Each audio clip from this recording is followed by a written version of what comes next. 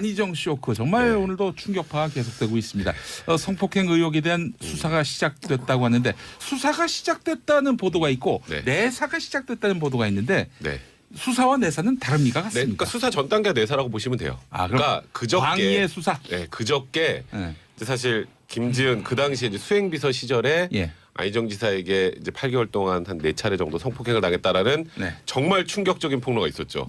사실 저는 그거를 한 1시간 전쯤인가 이제 누가 카카오톡으로 보내줘서 저는 그냥 맨 처음에 어떻게 생각했냐면 안희정 지사가 뭘 당했다는 거야? 이렇게 느꼈을 정도로 안희정 지사는 굉장히 좀 깨끗하고 좀 이렇게 성실하고 이런 이미지였잖아요. 그래서 국민들이 굉장히 충격에 빠졌던 것 같은데 새로운 시대의 감수성이 있다 이런 평가를 받아왔어요. 극단적으로 뭐 다음 대선에 거의 1순위라는 얘기가 돌 정도로 많은 국민들로부터 그래도 굉장히 인정받는 정치인이었는데 말 그대로 한 방에 갔죠. 사실은 이제 이번 더불어민주당 당대표 선거에서 이분이 나오면 뭐 확실하다 그랬죠. 이런 얘기도 나왔고 그래서 이제 일단 그런 폭로가 나오니까 바로 다음 날 이제 충남지방경찰청에서 내사에 착수를 한 겁니다. 그러니까 이제 지금 그냥 방송만 나갔을 뿐이지 뭐 아무것도 없잖아요. 그럼 이제 사전적인 조사나 자료 점검을 좀 하고 그다음에 이 김지은 씨를 좀 이렇게 접촉을 해서 내용 좀 확인하고 그런 걸 좀 모은 과정 이후에 이제 수사가 진행이 되는데 문제는 이제 이 김지은 씨 이제 대리인이 어제 서부지검 맞죠? 서부지검에 이제 정식으로 고소장을 넣었죠. 고소장을 넣었고요. 그래서 이제 수사가 진행되는 건지 피할 수가 없는 상황이고 내용은 겁니다. 이제 보통 우리가 성폭행이라고 하면 넓게 보면 이제 일반적으로 제일 많이 하는 죄가 이제 강간죄잖아요. 그건 이제 폭행이나 협박이 수반되는 거고 이번에 문제 제기한 거는 그 강간죄가 아니고 업무상 위력에 의한 간음죄입니다.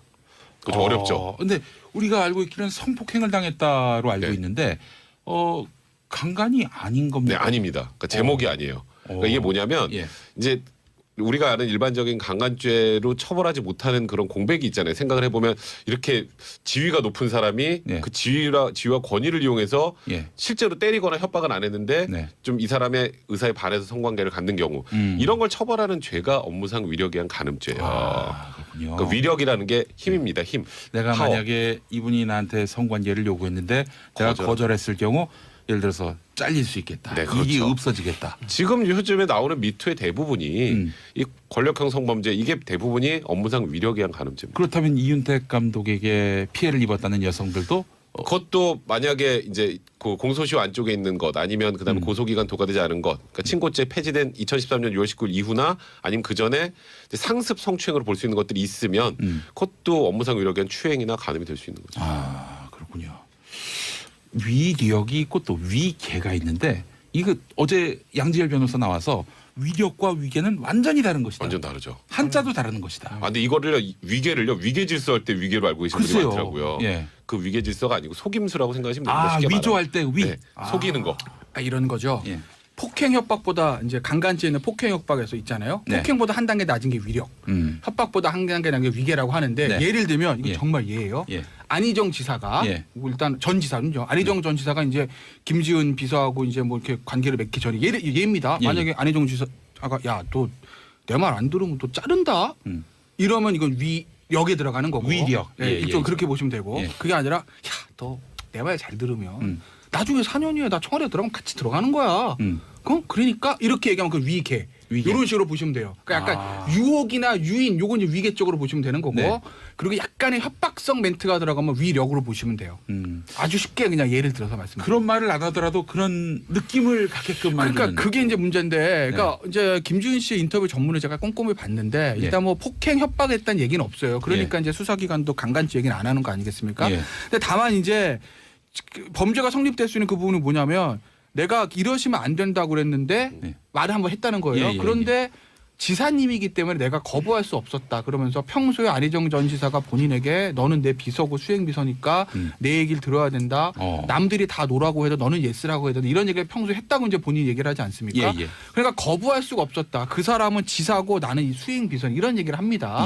그렇기 때문에 이제 업무상 위력 또는 위계를 이제 생각을 하는 거고 실제로 위력이 될지 위계에 될지는 그 당시에 서로 어떤 멘트가 있었는지는 봐야 되는데 일단 어저께 피해자들이 고소한 죄명을 보니까 추행 부분은 업무상 위력에 의한 추행으로 보는 것 같고 가는 부분은 위계로 이렇게 이제 제목을 썼더라고요. 네. 그러니까 실제로 성관계 하기 전에 이제 일종의 어떤 그런 대화들은 예. 아까 제가 말씀드린 그런 너 내 말 잘 들으면 예. 뭐 잘 될 거야. 예. 뭐 나 나중에 이렇게 되면 너도 잘 되는 거 아니겠어? 뭐 예. 이런 류의 막 멘트가 들어가지 않았을까 싶어요. 현재까지 추정은요. 집권은 대박이다. 예? 이런 그래. 집권은 대박. 나도 대박, 너도 대박, 위아도 대박. 뭐 이런 예. 얘기를. 예. 근데 일단 그 고소장 내용만 보면 그런 이유가 들어갔을 거로 추정을 하는 거고 하지만 아직까지 이제 안희정 지사가 조사 끝난 건 아니니까 예, 예. 법적인 판단은 조금 이제 우리가 딱 단정할 수는 없죠. 근데 지금 분위기상으로는 예. 김지혜 씨가 이제 방송에서 했던 멘트들을 쭉 종합해 보면 이건 위계 쪽보다 위력에 더 가깝습니다. 저는 그럼 정확하게 그 부분을 좀 확인을 해봐야 될 것 같아요.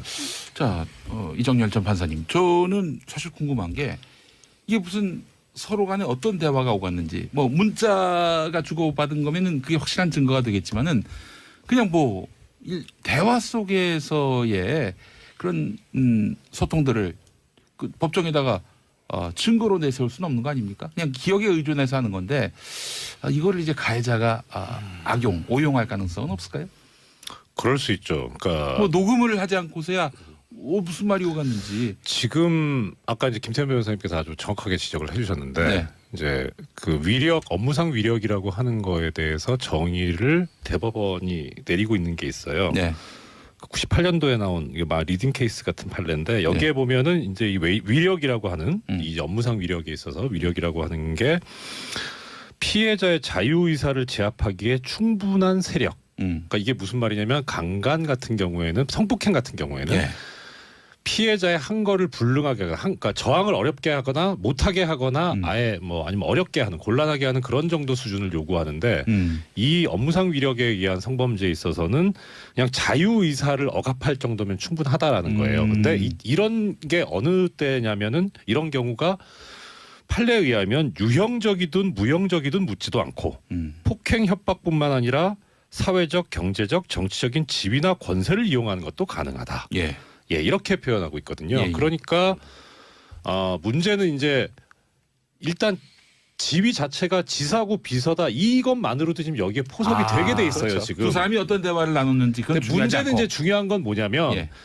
그렇더라도 문제는 이제 이런 지위를 이용한다라는 그런 생각은 있어야 돼요. 그러니까 이게 이제 고의의 문제인데 주관적인 의사의 문제인데 아까 말씀하신 앵커께서 말씀하신 그 문자 이런 것들을 이제 가지고 과연 이 당시에 이 지위를 이용해서 성범죄를 저지른다는 그런 의사가 있었느냐. 그러니까 그런 의사는 없었다라고 네. 하는 그런 것을 주장하기 위해서 이제 아까 악용이라고 표현하셨는데 그렇게 쓸 수는 있는 거죠. 예. 그러니까 이게 상하 관계에서 연애할 수도 있잖아요. 네. 뭐 그런 것까지 지위 그런 게 때문에 이제 드라마에 많이 나오지 그렇죠. 않습니까? 그것 때문에 예. 지위로 이용해서 이걸 뭐 위력에 의한 가늠이다라고 할 수 없으니까 그런 부분을 입증하기가 좀 어찌 보면 쉽진 않죠. 그러니까 이 성범죄 관련해서는 대부분 좀 내밀한 관계에서 벌어지는 거지 뭐 사람들이 보는 데서 하는 게 아니잖아요. 네. 근데 이번에 일단 안 지사 측 입장문을 좀 보면요. 예. 최초에 김지은 씨가 이제 폭로를 했을 때 이제 비서실에서 나온 멘트는 이거였습니다. 부적절한 성관계는 있었지만 강제로 한 건 아니다. 그거는 이제 말 그대로 그거는 좋은 감정으로 했다. 네. 다만 불륜이긴 해도 불륜이니까 연애였다. 쉽게 말하면 불륜이지만 예.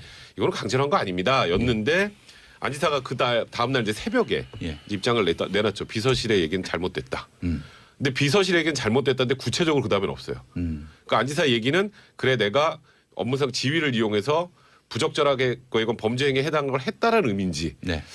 아니면은 그냥 그 비서실 의미에 틀렸다는 게 뭔지 아직은 정확하게 추론되지 않는데 안 지사가 그 부분을 만약에 시인을 한다면 그건 자백이 되니까 자백이 되면은 뭐 이거 수사 과정에서 크게 문제가 없을 텐데 네. 이제 안 지사가 만약에 이제 소환이 돼서 예. 이제 그 강제성 부분이나 업무상 위력 부분을 부인하면 예. 그러면 또 좀 복잡해질 수도 있는 거죠. 저는 안 지사의 입장문을 법률적 의미에서의 범죄에 대한 자백이라고 보지 않아요. 저는 그냥 도덕적인 정치적인 책임을 지겠다고 봐요. 저는 그렇게 봐요. 왜냐하면 문구 자체가 예. 일단 모든 게 다 제 잘못입니다는 얘기는 네. 정치인들이 무슨 일이든 생길 때는 일단 자동적으로 나오는 게 모두 다 제 잘못입니다. 제가 네. 책임지겠습니다. 이겁니다. 예. 그러니까 이제 안 지사 입장에서 보면 첫 번째 멘트 비서실 통해 나갔던 멘트 합의한 건데 하긴 했는데 합의한 거야 이거. 네. 이게 사실은 모든 성범죄자의 의혹을 받고 있는 사람들이 가장 하는 멘트가 이거거든요. 음. 하긴 했는데요. 네. 강제는 아닙니다. 예. 합의했으면 이거 그게 모든 사람이 검사 앞에든 판사 앞에든 변호사 앞에 한 얘기 이겁니다. 예. 그러니까 자동적으로 그 반응이 나왔고 비서실에서 예. 그거에 대해서 워낙 집권 여당인 더불어민주당에서조차가 최고위원회에서 안 좋은 이거 말이 되냐는 얘기가 나왔지 않습니까? 네. 그러니까 사면 초과에 몰린 상황에서 일단 정치적인 책임 문제만 인정하면서 위기를 좀 벗어나했던 것 같아요. 그러니까 내가 도덕적인 책임, 정치적인 책임을 지겠다는 것이지 네. 법정에서 내가 자백할까? 저는 그건 아니라고 봐요. 그 예면에 흐르는 뉘앙스는. 네. 그래서 아마 이게 수사가 시작이 되면 안전지사 입장에서는 상당 부분 다툴 가능성이 높아요. 왜냐하면 안전지사 입장에서 보면 예. 제가 뭐 두둔하고 이런 문제가 아니라 그 문구에 뭐 마지막에 정계 은퇴가 아니라 정치 활동을 중단하겠습니다 썼거든요. 중단은 재개 가능성을 내포하고 그렇죠. 있는 거 아닙니까? 그 얘기는 예. 만약에 예. 안전지사 입장 생각입니다. 예. 내가 지금 이걸 법적으로 다 자백했다. 제가 위력에 의한 간임 어떻게 되죠? 구속입니다. 끝나는 거예요. 예. 인간으로나 정치인으로나. 예. 근데 안전지사 입장에서 내가 이거를 뭐 무혐의를 받거나 예. 법정에서 무죄가 되면 내가 불륜을 저질렀을지언정 성범죄자는 아니다.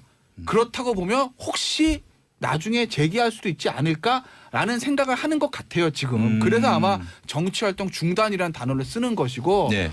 아마 경찰에서부터 상당 부분 저는 아마 무혐의를 저는 다툴 것으로 봅니다. 아마 잘 될지 안 될지 모르겠으나. 안희정 전 지사의 전략, 법정 전략, 뭐 예단하는 것은 좀 무리일 수도 있겠지만은 그 지금의 어떤 어제 입장문 발표라든지 그 전날 도청 비서실에서 나왔던 그런 입장문들 종합해 봤을 때 어떻게 돌파할 것으로. 그러니까 일단은 보시나요? 조금 전에 말씀하셨던 것처럼 일단 이 뭐 소나기는 피해야 되지 않겠습니까? 예, 예, 예. 그래서 지금 일단 안희정 지사도 연락 다 끊고 그 SNS에 하나 딱 올려놓고 예. 다 인정하는 것 같기도 하고 예. 아닌 것 같기도 하고 하는 예. 글을 올렸는데 근데 법정에서는 지금 조금 전에 김태현 변호사 말씀하셨던 것처럼 그러니까 쉽게 말해서 나 내 도지사직 그거 이용해 가지고 그걸 가지고 이제 이 사람을 좀 억압해서 아까 자유의사라는 표를 썼는데 예. 그런 것까지 억압해서 한 게 아니고요. 그러니까 결국은 부적절하지만 다소 오해 소진이 있어도 좋은 감정을 갖고 서로 관계를 한 것이다. 그러니까 이제 도덕적 비난 가능성과 법적 책임은 좀 별개지 않습니까? 예, 예, 예. 이제 그렇게 일단 전략을 세울 가능성이 저도 개인적으로 볼 때 많고요. 근데 시간이 지나면 도덕적 책임, 법적 책임 사람들이 혼동하지 네, 않습니까? 혼란스럽죠. 그래서 얘는 무죄 받으면은 도덕적 책임까지 그냥 퉁으로. 근데 이제 안희정 기사 같은 경우에는 이제 저번 그 대선 경선 과정에서 예. 그 와이프와의 그 굉장히 뭐 절절한 사랑, 예. 그다음에 무슨 뭐 그때 안깨비 뭐 그래가지고 그 와이프 이렇게 목도리 이렇게 해가지고 그 도깨비 패러디하는 그런 사진들 그런 모습들을 보여줬는데 어쨌건 부인이 하는 다른 여자와 성관계를 했다라는 것만으로도 정치적으로 저는 재개하기 좀 쉽지 않은 상황이 되지 않을까. 그러니까 법적인 문제를 차치하고라도 그런 생각이 좀 많이 드네요. 우리 이정열 전 판사님, 그 안희정 지사에 대한 처벌 수위 어떻게 될 것으로 보십니까? 이게 자료를 조사하다 보니까 예. 이 업무상 위력에 의한 뭐 범죄가 성범죄가 처벌이 흔치가 않은가 봐요. 그래서 양형위원회 자료를 보려고 했더니 양형위원회에서 양형 기준조차도 없어요 지금. 그러니까 그냥 지금 짐작해 볼 수 있는 거는 법에서 정한 형량만 가지고 짐작을 할 수밖에 없는데 예. 이게 또 형이 그렇게 높진 않아요. 뭐 5년 이하의 징역, 뭐 2년 이하의 징역, 뭐 이런 식이어가지고 벌금은 없습니까? 벌금이 있긴 있습니다. 예. 있긴 있는데 뭐 벌금도 있는데다 그래서 아까 당장 이제 만약에 그 범행을 부인하고 나서는 경우에는 피해자 측의 자료가 증명이 충분하다면 구속을 면하기는 쉽진 않을 것 같아요. 그럴 수도 있는 것 같은데 예. 종국적으로 마지막에 갔을 때 과연 실형을 선고받을 가능성이 있느냐는 좀 회의적입니다. 심지어 무죄 가능성도 있습니까? 그거야 뭐 사실 그거는 이제 형량이 얼마가 나오냐는 그런 어떤 정상관계를 보고 짐작은 할 수 있는데 예. 유죄냐 무죄냐는 증거 싸움이기 때문에 여기서 말씀드리기는 사실 상당히 어려운. 그러니까 실제로 입증하기가 쉽지 않아서 그래요. 그러니까 네. 쉽지 않아서 뭐 진짜 무죄 가능성도 배제할 수 없죠. 그러니까 도덕적 비난은 받을지언정 그러니까 명확하게 그 도지사로서의 지위 뭐 나중에 차기 대선 후보로서의 뭐 그냥 그런 정도 엄청난 영향력을 이용해서 억압해서 했다라는 부분을 입증을 못한다면 예. 입증을 못한다면 그건 무죄가 나올 수 있고요. 그리고 이 실제로 이제 처벌이 돼도 강하게 처벌되는 경우가 거의 없더라고요. 사실 근데 약간 좀 걱정스러운 건 뭐냐면 예. 그러니까 이거는 피해자 입장에서 봤을 때요. 네. 고소장에 지금 표현된 죄명이 좀 걱정스러워요. 예, 그러니까 아까 백 변호사님께서 잠깐 말씀해 주셨는데 이제 가는 부분은 그러니까 성관계가 있었던 부분은 위계 등 이렇게 돼 있어요. 그러니까 위계도 있었고 위력도 있었다는 것 같은데 위계를 처음에 그러니까 그 위계는 아까 이제 김 여사님 말씀하신 대로 속였다는 거거든요. 예, 예. 속인 걸 먼저 드러냈다는 게 그게 우선순위라는 게. 그게 뭘 속였다는 거죠, 그게? 그건 알 수 없죠. 아직. 그건 알 수 없어요. 그러니까 김진 씨가 이게- 얘기한 거에 없었어요. 네, 없었어요. 그래서 오히려 인터뷰 내용으로서는 더 정확한 거는 위력인 것 맞아요. 같은데 왜 저거를 전면에 내세우지 않고 위계를 전면에 내세웠을까라는 게 상당히 좀 석연치는 않아요. 이게 그러니까 저 수사기관도 굉장히 힘들 겁니다. 음. 이거 왜 일반인이 아니잖아요. 예. 뭐 대선 주자입니다. 참 유력한 대선 주자니까 네. 유망한 정치인이었기 때문에 언론이 모든 관심을 가져서 굉장히 좀 부담스러울 건데 예. 이게 이제 조사를 했을 때 아마 두 가지를 볼 거예요. 하나는 당시 있었던 대화들, 대화 구성, 안정 뭐라고 말았다, 김지 뭐 이런 부분들도 있지만 예. 이게 뭐 이정열 전 부장판사 이제 성범죄 만약에 형사사건에서 많이 보셨겠지만 이 성범죄 사건들 기록 보잖아요. 네. 이건 그냥 포르노입니다. 아. 왜냐하면 예.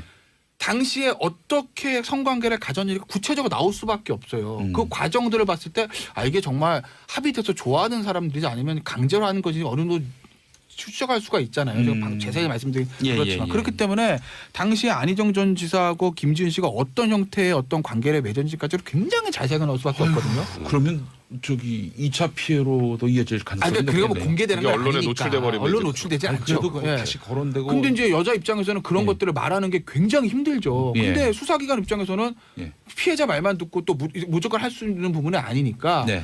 아마 그런 것들 당시였었던 과정, 관계 당시 문제, 네. 관계 후의 어떤 사후 정황들 예. 이런 것들을 다 보고 판단할 거기 때문에 예. 어떻게 될지 저도 짐작은 할 수는 없으나 이게 저 안희정 지사가 빡 때리고 했던 폭행 이거면 깔끔한데 깔끔한데. 그게 아니기 때문에 예. 굉장히 조금 지난한 과정을 거칠 거예요. 근데 하나 변수는 있어요. 네. 이게 김지은 씨가 그 인터뷰하는 과정에서 단언 냈어요. 또 다른 피해자가 있다. 예. 그러니까 또 다른 피해자가 있을 수 있어요가 아니라 예. 있다예요. 그건 예. 알고 있다는 뜻이거든요. 예. 그리고 그 피해자도 지금 뭐 미투에 동참한다는 얘기도 있어요. 이제 그렇게 되면 유형이 비슷하면 그러면 입증이 훨씬 쉬워지죠. 아. 피해자가 한 명이 아니고 피해자가 두 명이면 네. 이제 안희정 지사 입장에서도 무죄 주장을 하는 것도 쉽지 않고 그리고 만약에 유죄가 나와도 이제 피해자가 많을 경우에는 아무래도 형량이 더 올라갈 수 있거든요. 그게 좀 변수가 될 것 같아요. 두 분의 말씀을 판례로 하나 제가 뒷받침을 해드리자면 예. 역시 2017년도 10월달에 나온 판례가 있습니다. 여기에 대해서 이제 그런 어떤 경우에 이런 범죄가 인정될 것인가 하는 기준을 제시한 게 있는데요. 거기에 보면은 이제 이거는 성폭행에 관한 판례인데 네. 유형력을 그러니까 폭행을 한 거죠. 폭행을 하게 된 경위, 그 다음에 피해자와의 관계, 네. 그리고 그 행위 당시하고 이후의 정황 이런 것들을 다 봐야 된다는 그러니까 두 분 말씀하신 걸 그대로 판례에서도 그대로 얘기를 하고 있습니다. 아, 알겠습니다. 김용민의 정치쇼 3부로 넘어왔습니다. 3변 시대 계속 이어가겠습니다. 김태현 변호사, 백성문 변호사, 이정열 전 판사와 함께하겠습니다. 자, 앞서서 안희정 전 지사 성폭행 사건 관련해서 이 위격에 의한 성폭행 이게 말이죠. 기소조차 되기 어렵다. 이런 이야기가 있는데 맞습니까? 맞죠. 아까 조금 전에 이정열 판사님께서 얘기해 주셨잖아요. 양형 기준조차 없다고. 그러니까 왜냐하면 폭행 협박은 심플해요. 이게 위력인지 아니면 상사하고 그하고 좋은 감정이었는지 예. 그 중간에 이제 폭행이나 협박이 빠지니까 그 부분을 입증하는 게 굉장히 애매하죠. 그러다 보니까 쉽지 않은데 일단 지금 뭐 김지은 씨의 얘기 우리 인터뷰 내용을 쭉 들어보면 김지은 씨는 위력으로 느꼈다는 것처럼 보여요. 예. 그리고 만약에 지금 또 다른 피해자가 있다라는 피해자도 동일하게 진술을 한다면 그러면 기소될 가능성은 많은데 예. 근데 기소하고 유죄하고는 다르잖아요. 아, 기소가 됐다 하더라도 법정 가서 무죄 판결 날 수도 있다. 그렇죠. 이게 왜냐하면 사실 둘 간의 얘기하고 이거를 예를 들어서 그때 당시 뭐 텔레그램 이런 것도 막 공개했었잖아요. 예. 근데 그 내용에서도 어쨌건 김지은 씨가 무슨 말을 했는지는 좀 빠져 있고 그래서 어떤 대화가 오고 갔는지 네. 그 성관계 전후에 어떤 상황이 있었는지 이런 부분들이 명확하게 확인돼야 되기 때문에 그게 일단은 지금은 뭐 부적절한 성관계라는 부분은 뭐 명확하죠. 그거는 네. 그 부분은 어떻게 뭐 안희정 지사가 뭐라고 할 수 있는 상황이 아닌데 만약에 이 간통죄가 살아 있었다면은 처벌 대상이었겠네요. 그러면 이제 이혼을 전제로 해서 이제 부인이 이혼송을 제기하고 고소를 해야 되는 거죠. 아, 이제 그건 이제 좀 별개 문제고 그건 이제 좀 신고죄입니까? 그건 당연히 친고죄죠. 예. 간통죄 같은 경우는. 근데 뭐 이제 그거는 폐지됐으니까 이제 예. 문화의 문제는 아닌 것 같고 네. 이제 부도덕의 문제로 가는 거고 그거는 그 다음에 이제 이 위계에 의한 이 간음죄는 뭐 일단 인정되기가 그렇게 쉽지는 않다. 네. 그래서 이거는 법정 가면 어떻게 될지 모른다. 뭐 그렇게 봐야 될 거 아니에요. 정확하게 표현을 하자면 이거죠. 일단 업무상 위력 위계에 의한 간음죄가 양형 기준조차 없을 정도로 이 인식이 안 돼 있다는 거는 실제 사례는 많은데, 그러니까 수사기관에 오는 사례는 많은데 기소되는 건수가 적다 이렇게 보기보다는 아예 수사기관에 오는 사례조차도 별로 없다. 그러니까 지금 이 미투 운동이 벌어지고 있는 이유하고도 완전히 맞아요.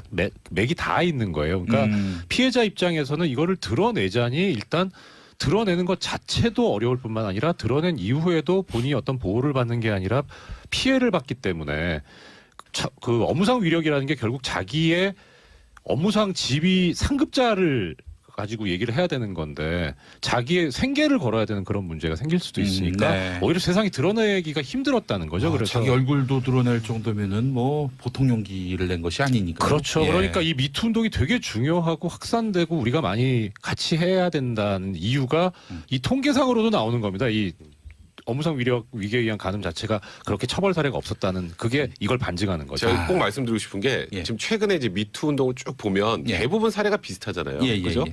근데 유명인들은 뭐 유죄건 무죄건 간에 네. 사회적으로 엄청난 지탄을 받기 때문에 그래도 이 피해자들이 해볼 만한데 쉽게 말하면 예, 예. 이제 그냥 일반 직장 내 보세요. 일반 직장 내 지금 조금 전에 말씀하셨던 것처럼 위력에 의한 간음. 그러니까 이제 뭔가 이 사람이 그런 위세 때문에 본인은 느끼기에 성폭행을 당했어요. 근데 문제 제기를 해도 일단 기소가 잘 안 돼. 기소가 잘 안 되면 어떻게 되죠? 네. 그럼 이 여성이 안에서 꽃뱀으로 몰려요. 그렇게 된단 말이에요. 예. 그리고 만약에 정말 천신만고 끝에 수사를 했다 기소가 돼요. 뭐 벌금 좀 나오고 뭐 정말 극단적으로 집행유예 나오면 또 돌아오면 또 역시 2차 피해를 여성들이 본단 말이에요. 그래서 유명인들의 대상으로 한 미투 운동은 활발하지만 실제로 요즘에 더 큰 문제는 실제 직장에서 발생하는 문제는 외부적으로 유출되는 게 별로 없어요. 학교 같은 경우만 해도 이제 대중도 그렇고 언론도 관심이 많잖아요. 네. 대학에서 저런 일이 네. 교수가 이럴 수가 있어? 이게 많은데 일반 직장 예를 들어서 뭐 그냥 뭐 예를 들어서 어떤 중소기업에서 그런 일이 있었다. 이건 기사에도 안 나와요. 이제 그래서 그런 분들을 어떻게 보호해 줄 수 있을지. 네. 그래서 좀 얘기가 나오는 게 비공개로 뭐 신고를 하고 조사할 수 있는 방안도 만들고 뭐 여러 가지 만든다는데 네. 진짜 미투 운동의 정신을 정확하게 살리기 위해서는 지금 현재 이렇게 밝히지도 못하는 이 지금 직장 내에서 있는 만연한 성희롱이나 예. 성범죄 관련해서 어떻게 해결해 줄지를 고민하는 게 가장 중요하다는 생각이 드네요. 또 하나 추가해서 말씀드리자면 이 지금 성범죄도 성범죄지만 제가 알기로 네. 여성분들께서 많이 그 고통스러워하고 힘들어하시는 게 성희롱 문제거든요. 근데 성희롱이 참 놀랍지만 우리나라 법률상 처벌 법규가 없어요. 예, 민사상 손해배상은 뭐 정신적 고통을 받았다 그래서 할 수 있는데 그마저도 없어요. 인정받기 쉽지 않죠. 얼마 안 되죠, 인정은 둘째치고 법이 없어요. 법이 없다. 네. 그러니까 이게 엄청난 사각지대인 거죠. 지금 하나 이제 법이 있다면은 18세 미만인 아동에 대해서 성희롱을 하는 경우에는 처벌 법규가 있는데 청소년 보호법, 아동복지법. 아동복지법. 예. 근데 예. 그 외에는 처벌 법규가 없습니다. 법제도가 보완이 돼야 한다. 그 네, 말씀인데. 그렇죠. 예, 예. 알겠습니다. 자, 우리 방송 들으시는 분들 중에 여성분도 계시고 또 남성이지만은 또 약자의 위치에 계신 분도 계실 테고요.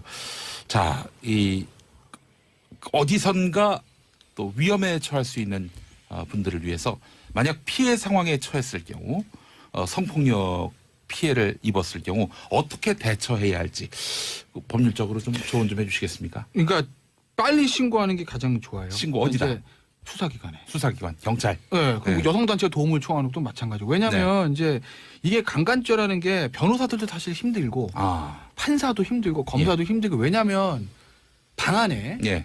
두 사람이 있는데 뭐 CCTV가 있는 것도 아니고 예. 녹음을 하는 것도 아니고 예. 어떤 상황에서 두 사람의 관계를 가지게 되는지 두 사람의 다 진술밖에 없거든요. 그렇죠.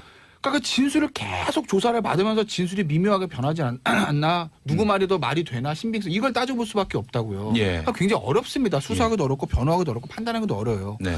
그러니까 이제 그런 거를 볼 때 가장 중요한 게 당시의 상황 시작하기 전 문제 그리고 이제 사후 정황이거든요. 예. 예를 들어서 여자가 이거 문제가 있는데 이거 그리고 바로 신고를 했는지 아니면 뭐 그냥 잘 생활하고 한 몇 개월 지나다가 갑자기 저 남자애가 잘 사는 거 보니까 이거 안 되겠는데? 네. 하고 신고를 했는지 이게 굉장히 중요하다라는 거죠. 예. 그러니까 내가 원치 않는 성관계를 가졌다. 이거 나는 분명히 동의를 하지 않았는데 네.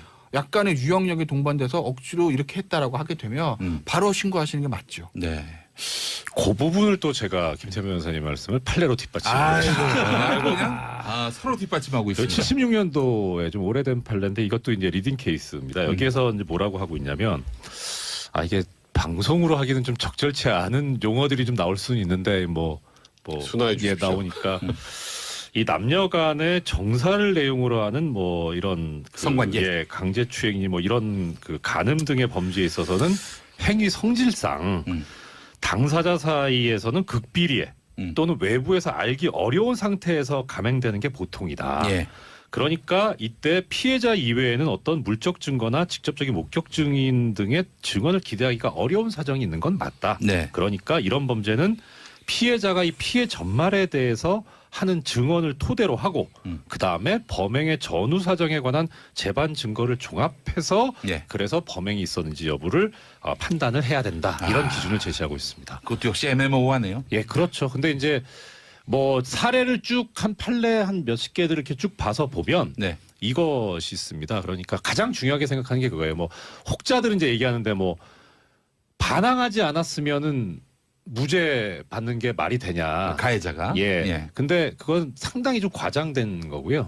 제일 중요하게 지금 법원에서 보고 있는 거는 범행 후에 어떤 행동을 취했냐예요. 그렇죠. 그러니까 이게 굳이 성범죄뿐만 아니라 예. 뭐 예를 들어 뭐 절도도 그렇고 뭐 강도도 그렇고 이런 신체적인 물리력이 동반되는 경우에는 예. 피해자가 그 끔찍한 순간을 기억하기 싫기 때문에 빨리 현장을 이탈하는 게 일반적이거든요. 예. 그런데 뭐 이런 어떤 뭐 이렇게 잘못된 일이 있었는데 네. 그 가해자와 함께 그러니까 무죄가 났던 사건들은 보통 그렇습니다. 가해자와 함께 2시간 이상 더 오래 있었다던가. 아하. 예, 뭐 아니면 그 이후에 바로 뭐 라면을 끓여줬다는 사람도 있고요. 뭐 하여튼 그렇기 때문에 그런 경우에는 좀 일반적으로 납득이 어렵다라고 해서 무죄를 선고한 케이스들이 많이 있습니다. 피해자라면은 예. 현장을 빨리 떠나는 것이 그렇죠. 예. 그리고 아까 김태현 변호사님 말씀하신 것처럼 그냥 떠나서 묵히지 말고 바로 신고를 하고 더 중요한 거는 일단 증거를 보존해야 되니까 네. 그 얼마 전에 그 신안 그 예, 이제 섬 거기 그 집단 성폭행 사건 그때 그 선생님께서 피해자분께서 하셨던 게 정말 그 당하신 건 아주 안타까운 일이지만 그때 당시에 피해자의 행동으로서는 상당히 모범적인 행동이었죠. 증거를 수집을 하고 절대 뭐 씻거나 하지 마시고. 예.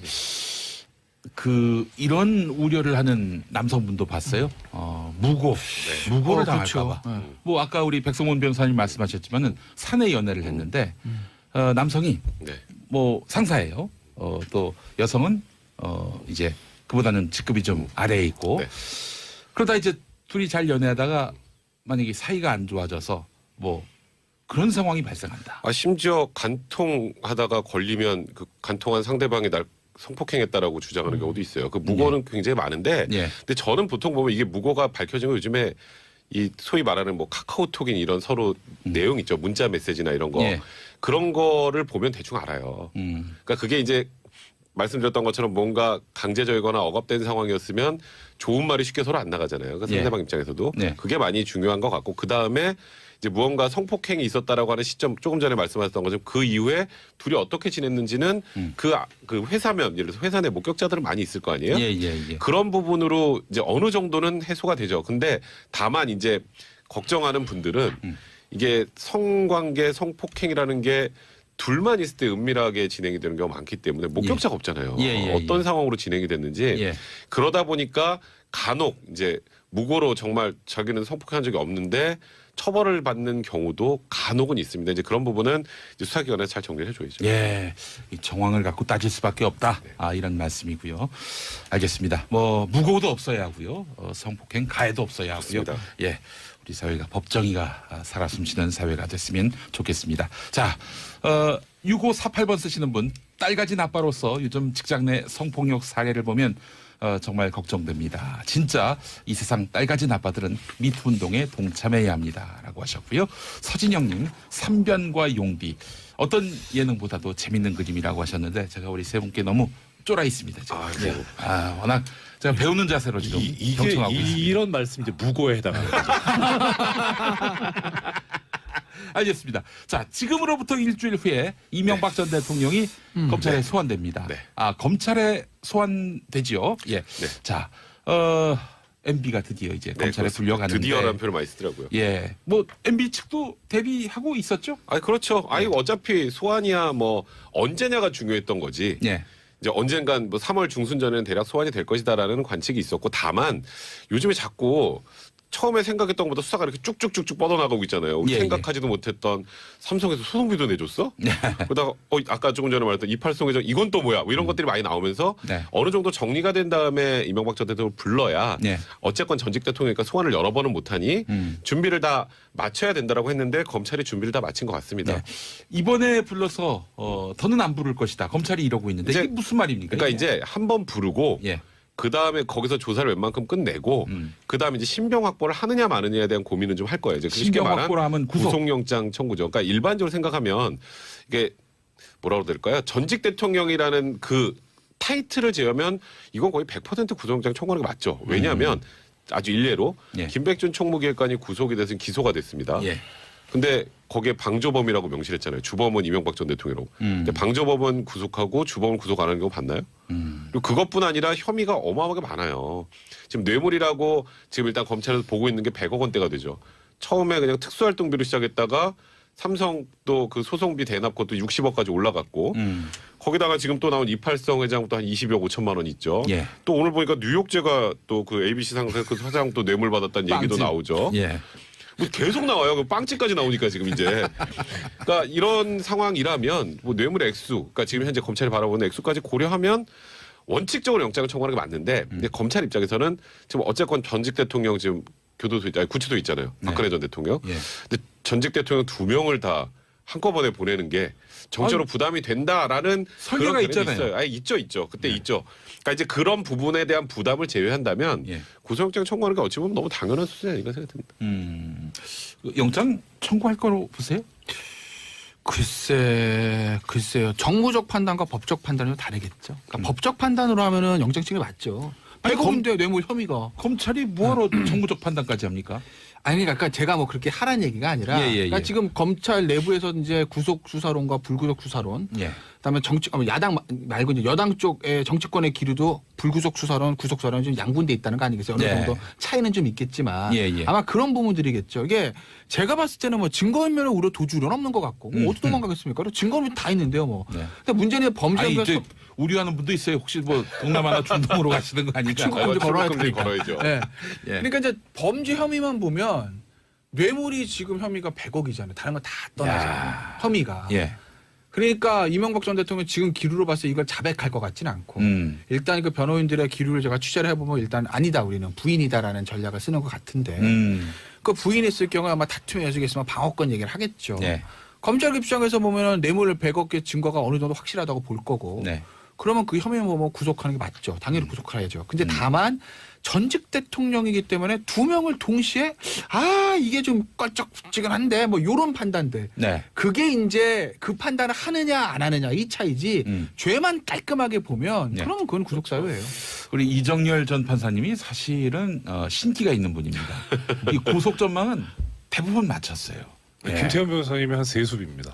그렇습니까? 자, 그럼 두 분에게 한번 그러니까 이거는 돗자리를 한번 펴보겠습니다. 영장을 치면 저는 100% 나올 거로 봐요. 법원의 입장에서 봤을 때 영장을 검찰이 청구를 하면은 저는 100% 나온다고 보는데 검찰이 청구하느냐 하느냐 마느냐. 안 하느냐 그 부분이. 이거 검찰이 칼 쥐고 있는 거예요. 검찰이 하면 나오는 거고요. 안 하면 그냥 이제 그 말 그대로 좀 전에 김태현 변호사랑 저랑 거의 유사하게 했던 것처럼 정무적인 판단을 한 거죠. 그렇게 되면. 근데 그럼 비난을 많이 받을 거예요. 네. 영장 청구 최종 결재 최위선 윤석열 지검장입니까?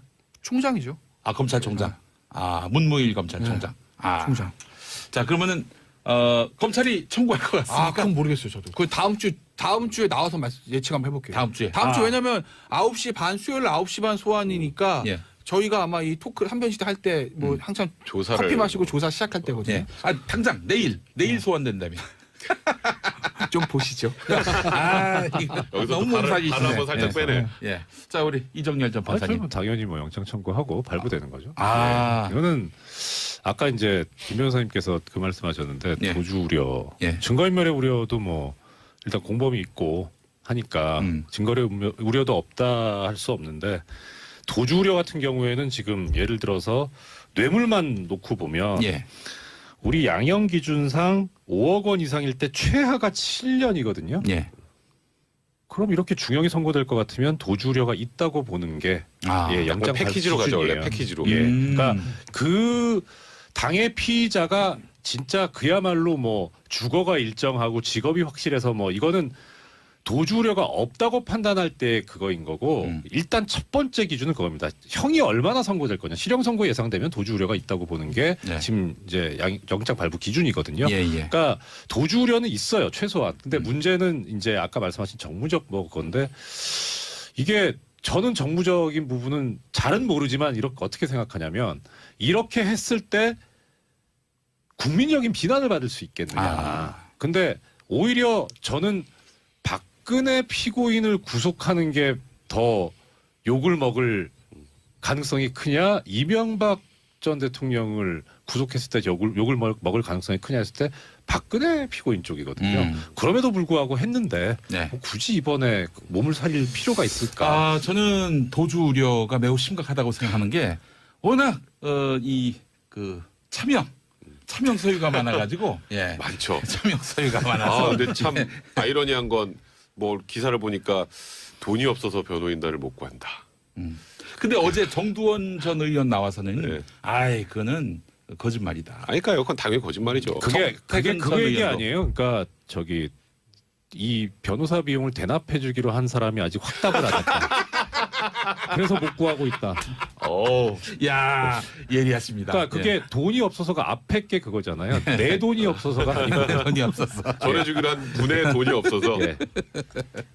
알겠습니다.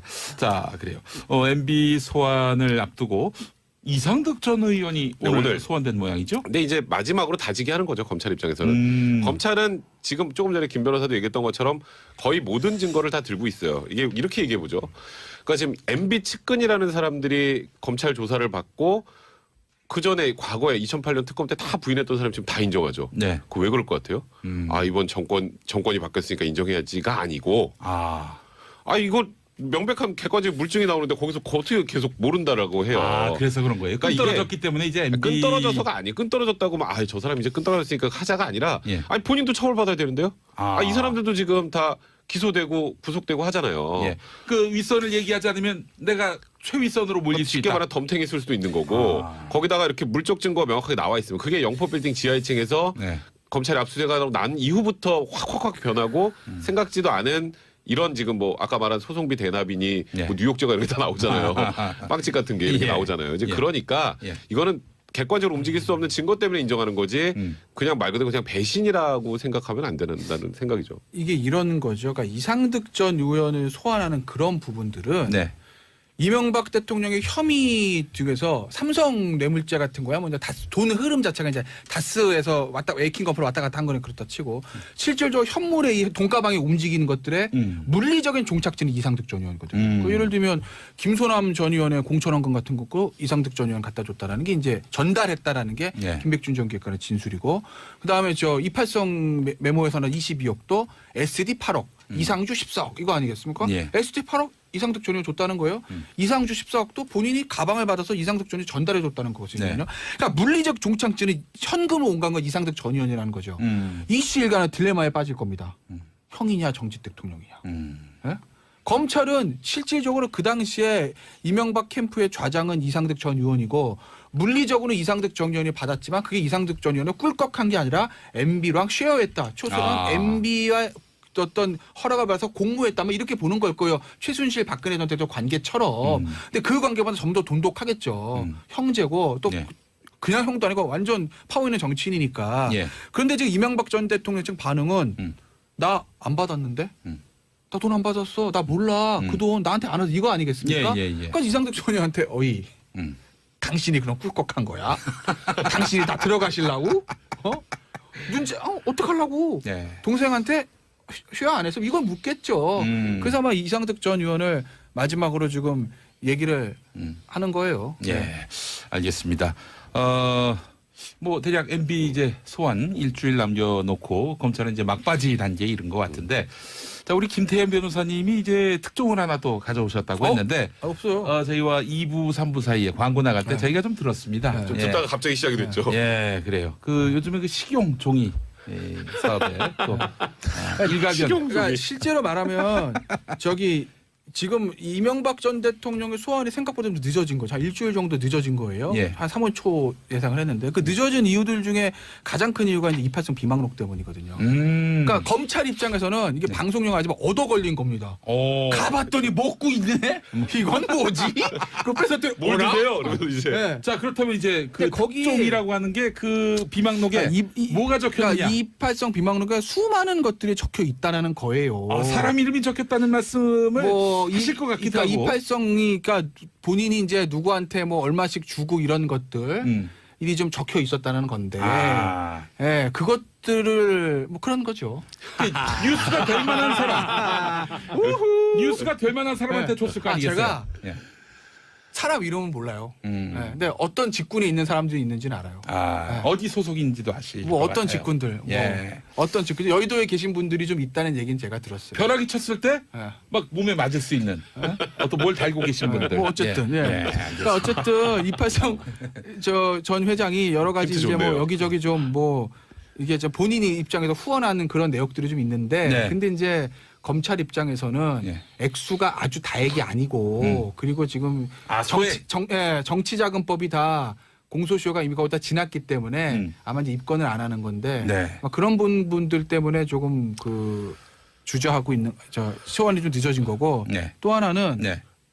계속 네, 하십시오. 아마 지금 나오긴 다 나왔을 거예요. 왜냐하면 예. 애초에 제가 지난주에 왔던 특종 들었더니 그 이병모가 정리했던 문건들이 있어요. 예. 거기서 지금 김소남, 대주그룹, 이팔성 다 나온 대보그룹 입장에서 다 나온 거거든요. 예. 거기 중에서 돈을 많이 주고 이름 있는 사람들만 선별해서 좀 조사를 하는 거라고요. 근데 어제 마지막으로 나온 사람이 ABC 상사 아닙니까? 뉴욕 제과. 예. 대역 액수 2억이에요. 예. 사람들 모르는 사람이잖아요. 예. 그럼 이게 이제 마지막이라는 거죠. 그러니까 굉장히 우와 무슨 그룹? 야 재벌이야 뭐 중견 그룹이 아니라 뭐 빵집? 2억? 이런 게 나왔으니까 그게 아마 뉴욕제가 무시하시는 겁니까? 무시하는 게 아니고 어쨌든 예. 맨날 거기서 놀았잖아요. 그래서 어렸을 때. 아마- 거기 뉴욕 쪽에서 뭐 빵 먹고 그다음에 어디 한번 또 가고. 이거 그런 적 미투인가 있습니까? 이거는? 그래서 굉장히 마지막일 거예요. 예, 알겠습니다. 더 많이 있을 것 같은데, 예, 어쨌든 뭐 드러난 거는, 이 씹어먹으려다만 그런 비망록에 있는 이름들. 그 이름이 오른 분들은 알 거 아니에요. 받았으니까. 근데 액수가 예. 뭐 많지 않으면 많지 않다고 여기저기 그게 받으면 모르지. 많지 않다고 그 검찰이 그냥 넘어갑니까? 예? 그 근데 공소시효 문제도 있어요. 정치자금법이. 그렇죠. 이 네. 10년 전. 공소시효는 대부분 이제 네. 5년이니 공소시효가 5년이니까 정치자금법은 이미 네. 5년 다 지났잖아요. 이명박 정부 당시 일이라. 그러니까 이제 공소시효가 다 지나면 구태여 검찰에서 그걸 까면 그건 또 뭐 정치보복이나 이렇게 프레임으로 그런 얘기가 가니까. 예. 그러니까 이제 그거는 정치보복 프레임에 굳이 지금 이런 전직 대통령과 수사하고 있는 와중에 검찰이 힘들고 혼란스럽지 않게 쓸데없이 전선을 그 확대해봐야. 전선을 확대할 가능성은 거의 없다고 봐야죠. 네. 그 시절에 그 정도 액수는 사실 진짜 기억 못 할 거예요. 이게 뭐 얼마인지 이렇게 다 아시네요. 한두 군데에서 받았으면은 기억할지 모르겠는데 이게 뭐 하도 많은 데서 받으셨을 테니까 네. 기억하겠습니까? 누군지 몰라요. 저는. 아니 누군지 얘기하셨던 걸로 기억하는데 제가. 예. 어? 아닌데? 아닌가요? 네, 아닌데. 기원마께서 계속 무고를. 용기 위험합니다. 위험해요. 다음 주에 이제 용디 말고 딴 분으로 가나요? 네, 위험해요. 예, 그냥 그래서 프로그램을 땡땡땡의 정치쇼 하지 말고 그냥 정치쇼라고 했으면 좋겠어요. 맞아. 수시로 바뀔 수 있도록. 예, 알겠습니다. 안희정 쇼크 정말 오늘도 충격파가 계속되고 있습니다. 성폭행 의혹에 대한 수사가 시작됐다고 하는데 수사가 시작됐다는 보도가 있고 네. 내사가 시작됐다는 보도가 있는데 네. 안희정 쇼크 정말 오늘도 충격파가 계속되고 있습니다. 성폭행 의혹에 대한 수사가 시작됐다고 하는데 수사가 시작됐다는 보도가 있고 내사가 시작됐다는 보도가 있는데 수사와 내사는 다릅니까? 네, 같습니까? 그러니까 수사 전 단계 내사라고 보시면 돼요. 그러니까 그저께 광의의 수사. 네, 그저께 네. 이제 사실 김지은 그 당시에 이제 수행비서 시절에 예. 안희정 지사에게 이제 8개월 동안 한 4차례 정도 성폭행을 당했다라는 네. 정말 충격적인 폭로가 있었죠. 예. 사실 저는 그거를 한 1시간 전쯤인가 이제 누가 카카오톡으로 보내줘서 저는 그냥 맨 처음에 어떻게 생각했냐면 안희정 지사가 뭘 당했다는 거야 이렇게 느꼈을 정도로 안희정 지사는 굉장히 좀 깨끗하고 좀 이렇게 성실하고 이런 이미지였잖아요. 그래서 예. 국민들이 굉장히 충격에 빠졌던 것 같은데 새로운 시대의 감수성이 그렇죠. 있다 이런 평가를 극단적으로 받아왔어요. 뭐 다음 대선에 거의 1순위라는 얘기가 돌 정도로 예. 많은 국민들로부터 그래도 굉장히 인정받는 정치인이었는데 네. 말 그대로 한 방에 갔죠. 사실은 이제 이번 더불어민주당 네. 당대표 선거에서 이분이 그렇죠. 나오면 뭐 거의, 확실하다 네, 그랬죠. 이런 얘기도 나왔고. 예. 그래서 이제 일단 그런 폭로가 나오니까 바로 다음 날 이제 충남지방경찰청에서 내사에 착수를 한 겁니다. 그러니까 이제 지금 그냥 방송만 나갔을 뿐이지 뭐 아무것도 없잖아요. 예. 그럼 이제 사전적인 조사나 자료 점검을 좀 하고 네. 그다음에 이 김지은 씨를 좀 이렇게 접촉을 해서 내용 좀 확인하고 그런 걸 좀 모은 과정 이후에 이제 수사가 진행이 되는데 문제는 이제 이 김지은 씨 이제 대리인이 어제 서부지검 맞죠? 서부지검에 이제 정식으로 고소장을 넣었죠. 고소장을 넣었고요. 그래서 이제 수사가 진행되는 건지 피할 수가 없는 상황이고 내용은 겁니다. 이제 보통 우리가 성폭행이라고 하면 예. 넓게 보면 이제 일반적으로 제일 많이 하는 죄가 이제 강간죄잖아요. 예. 그건 이제 폭행이나 협박이 수반되는 거고 네. 이번에 문제 제기를 한 거는 그 강간죄가 아니고 업무상 위력에 의한 간음죄입니다. 그거 좀 어렵죠. 근데 우리가 알고 있기는 성폭행을 당했다로 알고 네. 있는데 강간이 아닌 네, 겁니까? 아닙니다. 그러니까 제목이 아니에요. 그러니까 이게 뭐냐면 예. 이제 우리가 아는 일반적인 강간죄로 처벌하지 못하는 그런 공백이 있잖아요. 생각을 해보면 이렇게 지위가 높은 사람이 예. 그 지위와 권위를 이용해서 예. 실제로 때리거나 협박은 안 했는데 네. 좀 이 사람의 의사에 반해서 성관계를 갖는 경우 이런 걸 처벌하는 죄가 업무상 위력에 의한 간음죄예요. 그렇군요. 그러니까 위력이라는 게 힘입니다. 힘. 내가 파워. 만약에 이분이 나한테 성관계를 요구했는데 내가 거절했을 경우 예를 들어서 잘릴 수 있겠다. 네, 그렇죠. 이익이 없어지겠다. 지금 요즘에 나오는 미투의 대부분이 이 권력형 성범죄 이게 대부분이 업무상 위력에 의한 간음죄입니다. 그렇다면 이윤택 감독에게 피해를 입었다는 여성들도 그것도 만약에 이제 그 공소시효 안쪽에 있는 것 아니면 그다음에 고소기간 도과되지 않은 것, 그러니까 친고죄 폐지된 2013년 6월 19일 이후나 아니면 그 전에 상습 성추행으로 볼 수 있는 것들이 있으면 그것도 업무상 위력에 의한 추행이나 간음이 될 수 있는 거죠. 그렇군요. 위력이 있고 또 위계가 있는데 이거 어제 양지열 변호사 나와서 위력과 위계는 완전히 다른 것이다. 완전 다르죠. 한자도 다르는 것이다. 근데 이거를 위계를요 위계 질서할 때 위계로 알고 계시는 분이 글쎄요. 많더라고요. 예. 그 위계 질서가 아니고 속임수라고 생각하시면 됩니다. 쉽게 위조할 때 위. 네, 속이는 거. 이런 거죠. 예. 폭행 협박보다 이제 강간죄는 폭행 협박에서 있잖아요. 네. 폭행보다 한 단계 낮은 게 위력, 협박보다 한 단계 낮은 게 위계라고 하는데 네. 예를 들면 이거 예. 정말 예예요. 예. 안희정 지사가 예. 일단 전 지사는요. 안희정 전 지사가 이제 김지은 비서하고 이제 뭐 이렇게 관계를 맺기 전에 예입니다. 예. 만약에 안희정 지사가 야 너 내 말 안 들으면 또 자른다. 이러면 이건 위력에 들어가는 거고. 위력. 네, 예, 이쪽 예. 그렇게 보시면 되고. 예. 그게 아니라 야 너 내 말 잘 들으면 나중에 4년 후에 나 청와대 들어가면 같이 들어가는 거야. 그러니까 이렇게 얘기하면 그 위계. 위계. 이런 식으로 보시면 돼요. 그러니까 약간 유혹이나 유인 요건 이제 위계 쪽으로 보시면 되는 거고. 네. 그리고 약간의 협박성 멘트가 들어가면 위력으로 보시면 돼요. 아주 쉽게 그냥 예를 들어서 말씀드립니다. 그런 말을 안 하더라도 그런 느낌을 갖게끔 만드는. 그러니까 그게 이제 문제인데, 그러니까 이제 김지은 씨 인터뷰 전문을 제가 꼼꼼히 봤는데 예. 일단 뭐 폭행 협박했다는 얘기는 없어요. 그러니까 예. 이제 수사기관도 강간죄 얘기는 안 하는 거 아니겠습니까? 예. 근데 다만 이제 범죄가 성립될 수 있는 그 부분은 뭐냐면 내가 이러시면 안 된다고 그랬는데 예. 말을 한번 했다는 거예요. 예, 예, 그런데 지사님이기 때문에 내가 거부할 수 없었다. 그러면서 평소에 안희정 전 지사가 본인에게 너는 내 비서고 수행비서니까 내 얘기를 들어야 된다. 남들이 다 노라고 해도 너는 예스라고 해도 이런 얘기를 평소에 했다고 이제 본인이 얘기를 하지 않습니까? 예, 예. 그러니까 거부할 수가 없었다. 그 사람은 지사고 나는 이 수행비서 이런 얘기를 합니다. 예. 그렇기 때문에 이제 업무상 위력 또는 위계를 이제 생각을 하는 거고 실제로 위력이 될지 위계에 될지는 그 당시에 서로 어떤 멘트가 있었는지는 봐야 되는데 네. 일단 어저께 피해자들이 고소한 죄명을 보니까 예, 예. 추행 부분은 업무상 위력에 의한 추행으로 보는 것 같고 예, 예. 가는 부분은 위계로 이렇게 이제 제목을 썼더라고요. 네. 그러니까 실제로 성관계 하기 전에 이제 일종의 어떤 그런 대화들은 예. 아까 제가 말씀드린 그런 너 내 말 잘 들으면 예. 뭐 잘 될 거야. 예. 뭐 나 나중에 이렇게 되면 너도 잘 되는 거 아니겠어? 뭐 예. 이런 류의 막 멘트가 들어가지 않았을까 싶어요. 현재까지 추정은요. 집권은 대박이다. 예? 이런 그래서 뭐 그래. 집권은 대박. 나도 대박. 너도 대박. 위아도 대박. 뭐 이런 예. 얘기를. 예. 근데 일단 그 고소장 내용만 보면 그런 이유가 들어갔을 거로 추정을 하는 거고 하지만 아직까지 이제 안희정 지사가 조사 끝난 건 아니니까 법적인 판단은 조금 이제 우리가 딱 단정할 수는 없죠. 근데 지금 분위기상으로는 김지혜 씨가 이제 방송에서 했던 멘트들을 쭉 종합해 보면 이건 위계 쪽보다 위력에 더 가깝습니다. 저는 그럼 정확하게 그 부분을 좀 확인을 해봐야 될 것 같아요. 자, 이정열 전 판사님, 저는 사실 궁금한 게 이게 무슨 서로 간에 어떤 대화가 오갔는지, 뭐 문자가 주고받은 거면은 그게 확실한 증거가 되겠지만은 그냥 뭐 대화 속에서의 그런 소통들을 그 법정에다가 증거로 내세울 수는 없는 거 아닙니까? 그냥 기억에 의존해서 하는 건데 이거를 이제 가해자가 악용, 오용할 가능성은 없을까요? 그럴 수 있죠. 그러니까 뭐 녹음을 하지 않고서야 무슨 말이 오갔는지. 지금 아까 이제 김태현 변호사님께서 아주 정확하게 지적을 해주셨는데 이제 그 위력, 업무상 위력이라고 하는 거에 대해서 정의를 대법원이 내리고 있는 게 있어요.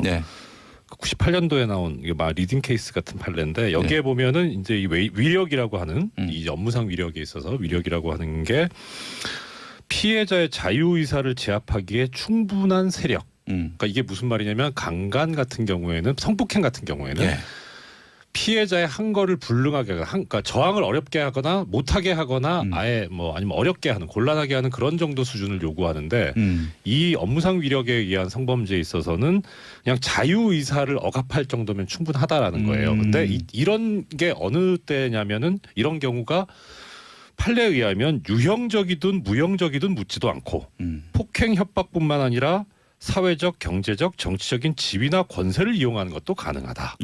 이렇게 표현하고 있거든요. 그러니까 문제는 이제 일단 지위 자체가 지사고 비서다 이것만으로도 지금 여기에 포섭이 되게 돼 있어요. 그렇죠. 지금 두 사람이 어떤 대화를 나눴는지 그건 중요하지 문제는 않고. 이제 중요한 건 뭐냐면 그렇더라도 문제는 이제 이런 지위를 이용한다라는 그런 생각은 있어야 돼요. 그러니까 이게 이제 고의의 문제인데 주관적인 의사의 문제인데 아까 말씀하신 앵커께서 말씀하신 그 문자 이런 것들을 이제 가지고 과연 이 당시에 이 지위를 이용해서 성범죄를 저지른다는 그런 의사가 있었느냐. 그러니까 그런 의사는 없었다라고 하는 그런 것을 주장하기 위해서 피해를 입었을 경우 어떻게 대처해야 할지 법률적으로 좀 조언 좀 해주시겠습니까? 그러니까 빨리 신고하는 게 가장 좋아요. 신고 어디다?